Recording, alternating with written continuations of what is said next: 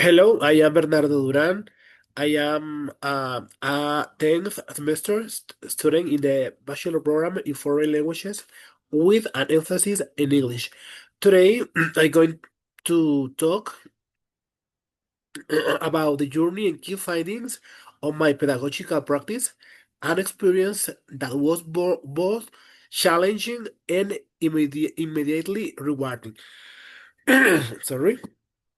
Okay, my practice was developed at the Celestine Freinet School, a private institutional located in the Suba neighborhood. This scenario provides a dynamic and supporting environment to implement my research, surrounded by teachers who generously share their experience and guide me throughout the process. I had the pleasure of working with third, fourth, and fifth grade students. They came from a middle class background and were, above all, incredible, attentive, and participatory. Their natural curiosity and willingness to get involved in new activities were fundamental to the success of the project. So, creating a vibrant and positive classroom atmosphere.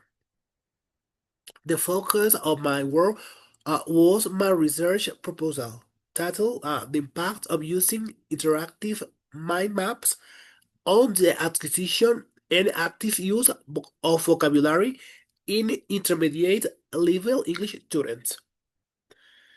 My main objective was evaluate how the creation of these digital and interactive mind maps influenced the students' ability not just to remember new words, but use them actively in their communication. To achieve this, I set out to analyze how the visual organization of the maps facilitates vocabulary recall. Observe if this method increased student motivation and participation, and describe their ability to apply the new vocabulary in oral and written productions with greater influence and accuracy. Sorry. To build a solid foundation of this research, I conduct a throughout literature review. I explored key theories such as uh, Vygotsky's social cultural theory, which highlights how social interaction and visual tools like mind maps can act as a scaffolding for learning. I also delve into Pavio's dual coding theory, which explains how combining visual and verbal information enhances memory. Furthermore, I reviewed recent studies like one by Feng from 2023, which provides empirical evidence of the effectiveness of mind mapping techniques, especially of vocabulary retention in languages learners. This theoretical framework was not just academic, it was the necessary compass that guides every decision in my methodological design, confirming that I was on the right path. Okay, the execution of my research was a hands-on process. In class, we move away from traditional vocabulary lists and embark on a more interactive journey. The central activity was the collaborative creation of digital mind maps using online tools for instances when learning about the simple past tense.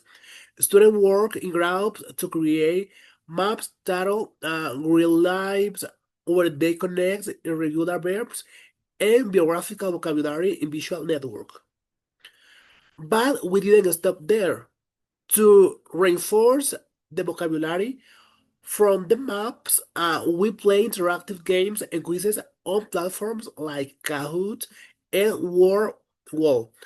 I also complement these activities with presentations and video related to the topics, which help provide context and deepen their understanding. This combination of mind mapping, gamification, and multimedia resources kept the students engaged and turned vocabulary practice into a dynamic and collaborative experience. Okay, entire process from the theoretical grounding to the joyful chaos of a classroom full of students negotiating the meaning of words to placing on their mind map was a profound learning experience for me. It confirmed the power of visual and interactive methodologies to transform the way students acquire and, most important, use a new language. Okay, that's all. That's all. Thank you so much.